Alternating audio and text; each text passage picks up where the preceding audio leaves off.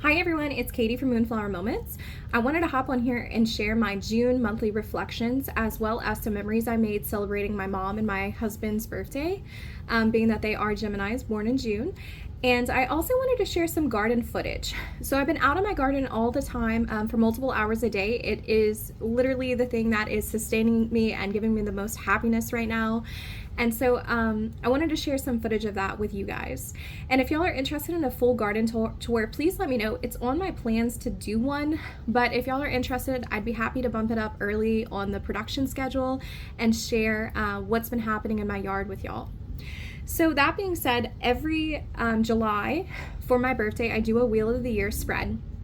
And so last July, I pulled for this June that this is what my month was gonna look like. And it was going to be reversed Eight of Wands and reversed Magician. So immediately when I see these cards, I think of a period of stagnation, a period of just kind of being stuck in one place, and there's not a lot of progress going on. And I think that that can be interpreted, like when I first saw this, I thought that was going to be a bad thing, but for me, I really leaned into that image, that energy this month, and just accepted that I don't have to be making a lot of outward progress on everything. I can just sit and enjoy and appreciate what's around me and essentially follow my interests where they lie and follow my heart where it lies. So even though these were the two cards of the month that I had picked when I did my reading, I decided that Knight of Cups was a better descriptor for it. So I placed this card on my altar card, and I've been trying to embrace this energy all month. I've been spending a lot of time with friends, which is true to the connection that Knight of Cups seeks, but I've also really been enjoying just following my heart wherever it goes. So like if I don't feel like doing something, y'all, this month I gave myself permission to, not do it. And that's not who I am usually. But I will say that with the heat bumping up, it's hard to sustain concentration for long periods of time on something you don't want to do, or something that you do want to do, but you just don't want to do right now. So I leaned into that Knight of Cups to guide me and to tell me that it's okay to follow your heart wherever it wants to go. So for my monthly outlook, I definitely picked the Knight of Cups. I also picked a word to describe my month, and this month was flittering. I wanted to flitter around like the butterflies that are in my yard right now, just to get like a taste of the nectar of a bunch of different things, but to not be wholly concentrated on one thing. So originally I had picked Mimosa for this month. I'm gonna go ahead and bump this one to July, along with Crepe Myrtle, because I feel like it's important for me to put the non-native trees together. I don't know, that works in my mind for some reason. So I did not study the mimosa this month, but I did spend a lot of time outside. So I will share some of those images later. So I did do a lot of other things this month. We went to the MetaFest, which I thought was really incredible for the Lafayette community, or the Acadiana community where I live. People came together and celebrated just the beauty of metaphysics. And so there were people that were into divination, there were people that were into crystals, there were dozens of vendors, and I met a lot of really cool people. So it was good to see this in my community, because it is primarily Catholic, that you could have a gathering of people that identified as witches, pagans, the rest of various different types and sorts, Buddhist, people that are not the Catholics, and they can come in together and celebrate their religious and their philosophical differences from the rest of the area. So we also got a kitten, which is why I have Rue here, that's his name. I'll put a picture up on the screen of him, he's adorable. In other news, I started on Instagram offering free readings.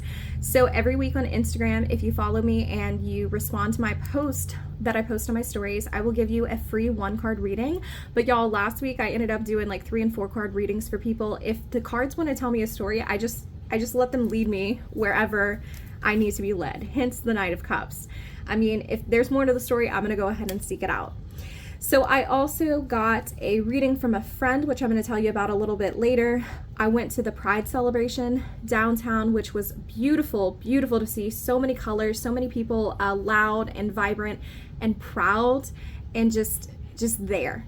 And that was a really magical experience as well. We also celebrated my husband's birthday, and I'll share that in a little bit. So in all, it's been a very busy month. I pretty much had like major things happen every single week or 2 major things happen, but it was a good month to just dip my toes in and out of things, to flitter around and see what is working for me now.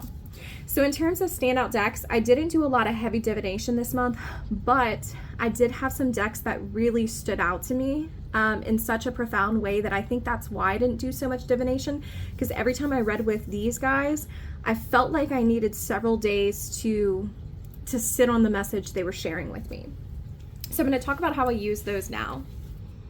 So the first deck combo that I am going to share is, let's do Southern Gothic Oracle with my New Orleans Tarot Cats deck. So I purchased this at the MetaFest that I was sharing, I was talking about earlier, and I do have like a full first impressions video of it. So I'm going to go ahead and leave that in the description box below if you want to see it. So first off, these colors look amazing together. There's something about jewel tones in summer where all of the colors are amped up just to their fullest capacity. That really fits this part of seasonal energy for me. But I use these decks together primarily because of their connection to the region in which I live in. So I really enjoy connecting with ancestors and connecting with spirits of place. And so what I did is I took both of these decks outside and I sat underneath my large live oak tree, Sirocco. I'll put an image on the screen of him right now. And I really leaned into the spirits of the place. And so I live in a place where people were persecuted for speaking French. That would be the Acadians, or we call them now Cajun people. And even though I don't come from that ancestor line, I spent a lot of time thinking about the experiences that they've had and trying to read around that.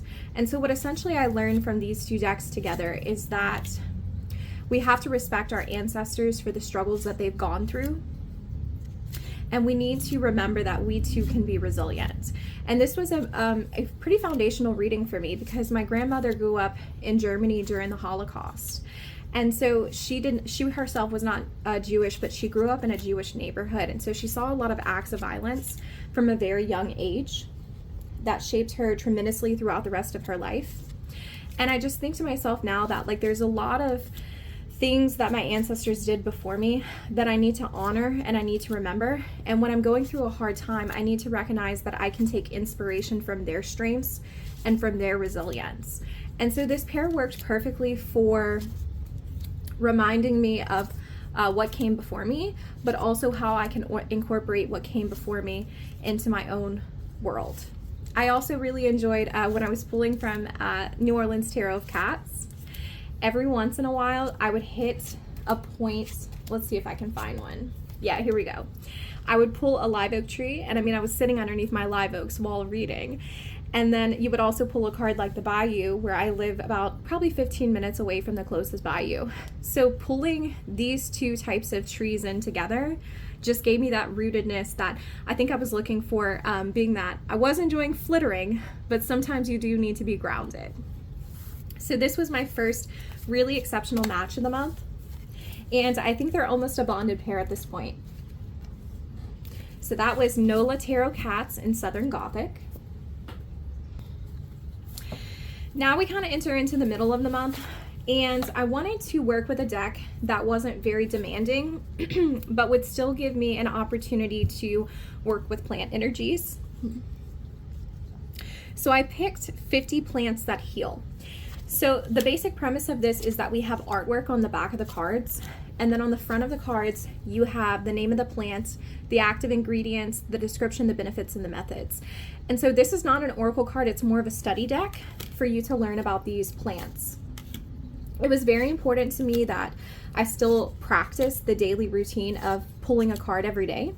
But since we were leading into my husband's birthday month, I didn't want to do a lot of heavy divination that would take away from him. A lot of times when I'm able to practice divination, he's home and he doesn't mind me taking, 30 minutes to an hour to spend processing my own thoughts and journaling and things like that. Actually, he encourages it. But I wanted to make sure that the celebrations were fully his. Queen of Pentacles is my second signifier, so I think it was an important thing for me to do. And I did have a lot of fun when I would pull cards that I could see in my own yard. So there were times when, like this is fennel.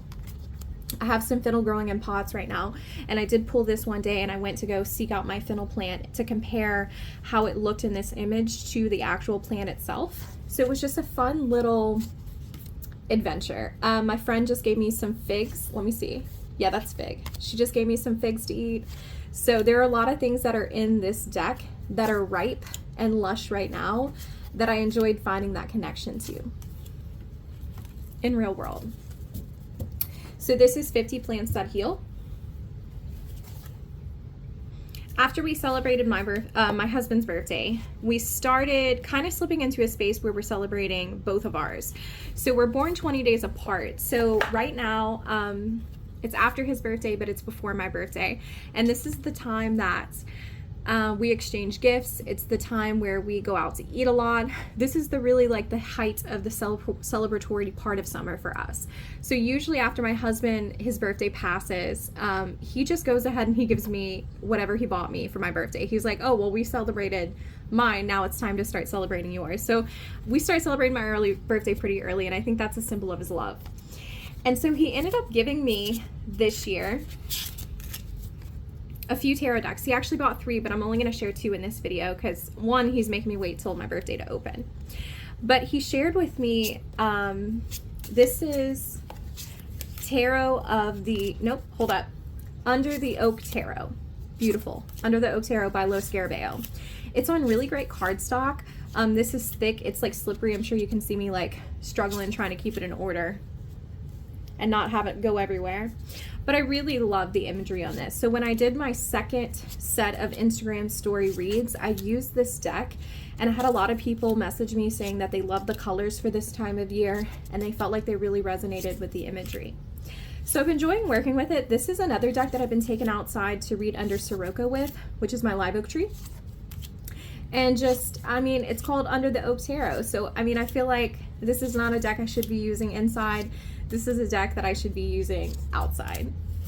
So I'm happy that my husband bought this for me. Primarily, the thing that I learned from this deck had to do with the way that I view the Hierophant. I've been reading Finding the Fool by Meg Jones Wall, and there's a lot of things that I agree with in that book and a lot of things that I disagree with, but what it is doing is giving me the opportunity to figure out my own beliefs around certain cards. And while I was reading her book about the Hierophant, I pulled the Hierophant while sitting underneath Sirocco, and it made me realize that I, more than anything, view the Hierophant as old historic trees.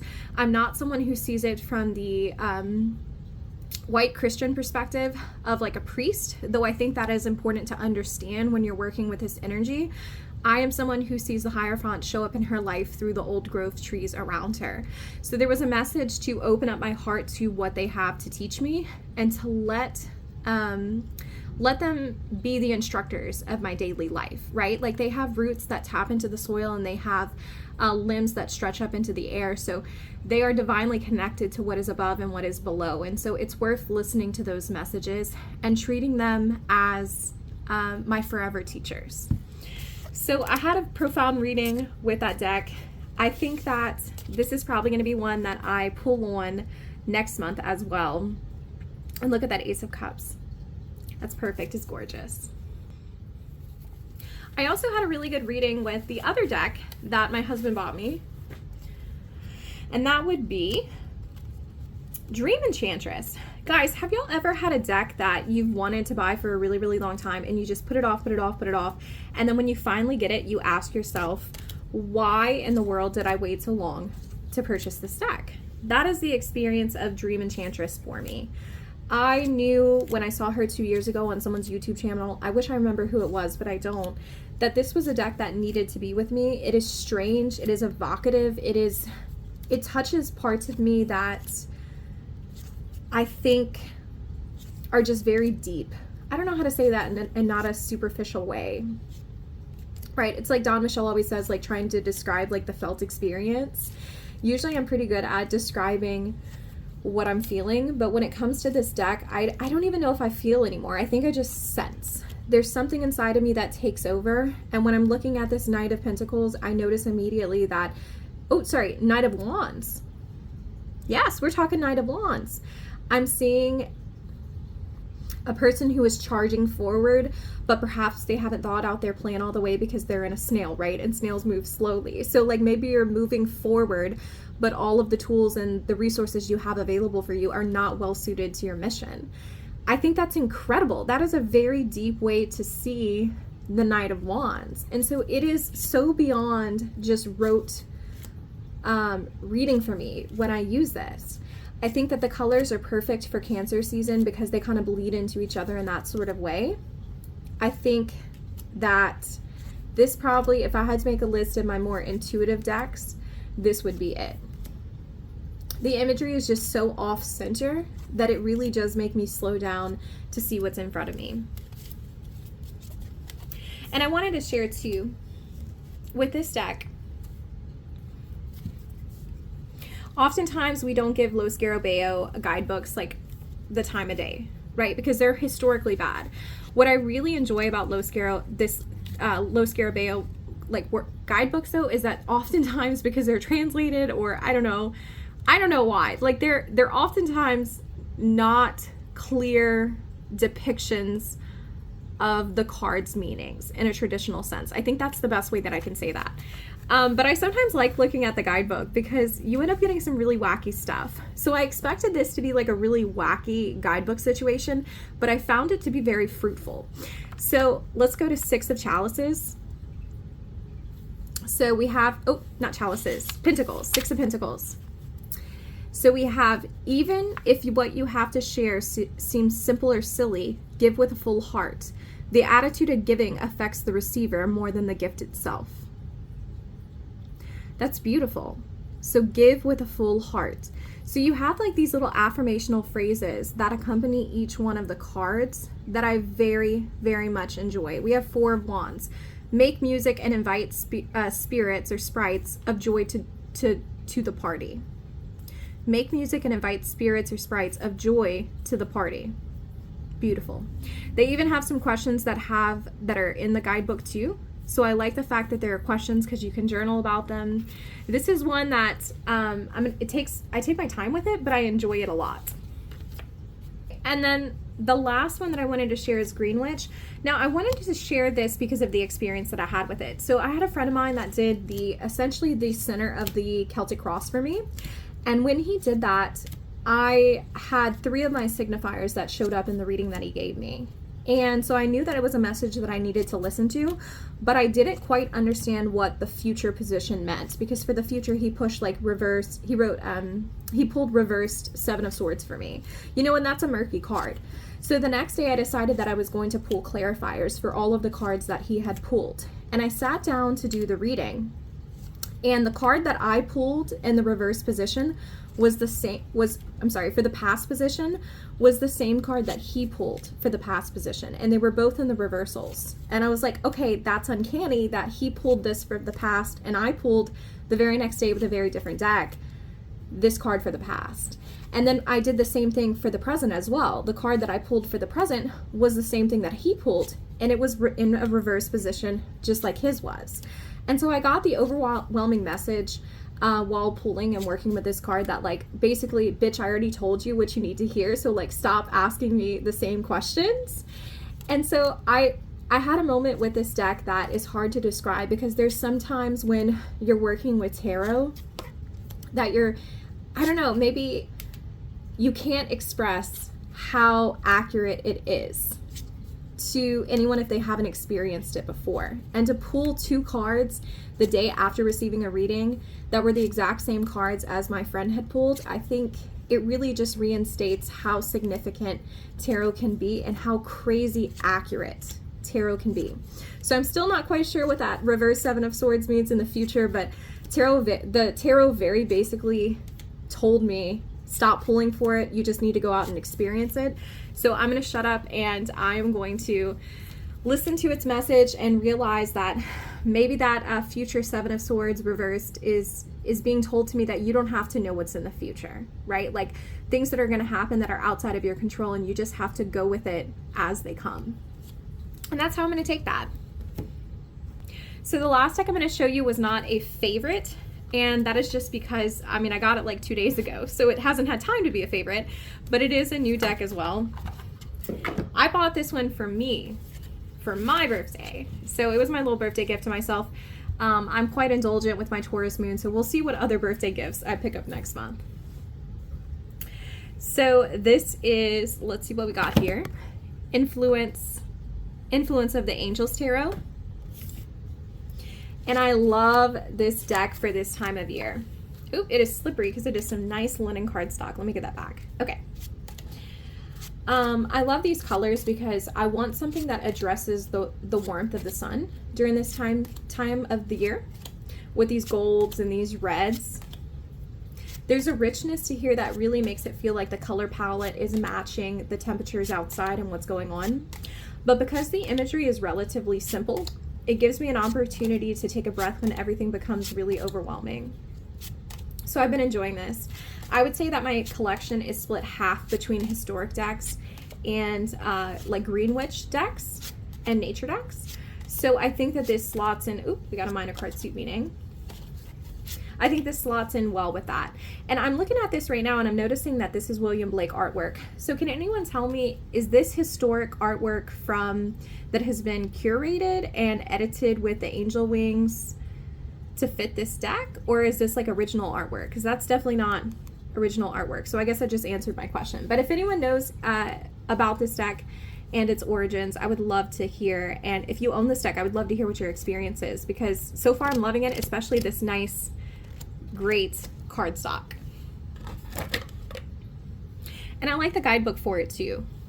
I'm a massive fan of decks that tell you the different imagery of each card. So the guidebook has like what 5 means in general, and then it has symbols for everything that you see in the card, and it explains the symbols. So I think that's nice. So you're not guessing what's in front of you. You're able just to follow along as they go through it. And then it has the direct meaning, the shadow meaning, which is the reverse meaning, and then also an angelic message. So that's quite a lot of content, I think, for a little mass market deck. I like this little guidebook a lot. I would say that if I had to recommend a deck to a beginner, I've only pulled with it a couple times, but I think this is a great beginner deck. All right, so now I'm going to move on into some of my memories. So first I'm going to share with y'all my husband's birthday trip, and then we'll go into the garden. So as you're walking to Rosedown, you have to pass all of these trees in order to reach the plantation, in order to reach the house. And so there's a sense of majesty within that, of the trees forming this sort of arch, this sort of cave, walking you towards a place with a lot of inherent beauty. We specifically chose this place for our trip because of the loblolly pine that is in the back right of this picture. I'm going to show you some other pictures of it as well. It is the largest loblolly pine in the world. And so we knew that we had to experience this while we could, that ultimately when it came down to it, it was the right place for us to be at that time. So what's really cool about this loblolly is that it's estimated to be over 350 years old, which is an absurd thing for a pine tree to be. And recently there was a tornado that came through, and while the magnolias next to it fell, this one stayed standing. We also had a lot of fun experiencing the other parts of the grounds too, since they were so massive. So we had some larger trees, like this one is about 350 years old, that we spent some time admiring. We also had some gazebos that we wandered underneath, and the gazebos are especially important to us because we got married under a gazebo. So we're always happy to find one, and when we're under one, we always try to remember our promise to each other and our vows to each other, and it's an important part of our marriage. So after the gazebos, we wandered into the formal gardens where the butterflies were, and I was really blown away by how many large butterflies they were cultivating here, and I got to see a pipevine swallowtail for the first time in my life. So it was a glorious experience to be able to see that after years and years of searching for one. And here were some other sights I thought were worth sharing, such as this image of Eve with the serpent around her breast. I really felt called to work with this statue, and I wish I would have brought my tarot cards because I would have loved to have done a reading underneath this. I also really enjoyed this greenhouse. There was nothing in it except for a few cactuses, but I really liked the way that it was completely enclosed in glass, so you were able to get a picture of the entire surrounding area and the little herbal garden that was right outside of it. And then lastly, here's some of the pictures of the other houses and the other structures that are on the property, because I do think that the architecture is worth seeing as well. So all in all, we found the grounds worth visiting, and I'm happy to know this is about 5 minutes away from where my dad grew up. So there will be other opportunities for me to go back and visit, to take my cards, to sit underneath these trees and near the statues and just appreciate the beauty of this place. Now, as for my own garden, everything is coming into bloom right now. Here is one of the flame lilies that my father got for me. And I've been really enjoying having my dog out in the garden with me. The butterflies will flitter right over to him, and he's just completely and absolutely undisturbed. He doesn't seem to be bothered at all. And I think that's part of the reason is because we have so many right now. At any given point in time, there are probably about 8 that are chasing each other around. They're always finding new opportunities to make more butterflies, to put it in a specific way. And so my passion vine is absolutely covered in babies right now. And it is one of the most serene things in my life to be able to cultivate an ecosystem at my home for these beings, and to know that these areas are always going to be protected places underneath my care. So I'm going to go ahead and leave you with some footage of my garden this week. And as you can hear, there's probably some road noise outside, but that's actually not a bad thing, because I think that it's most important for us to cultivate the spaces that are close to us first, and that anyone can have a garden no matter where they are. So here you go. I'm going to leave you with this.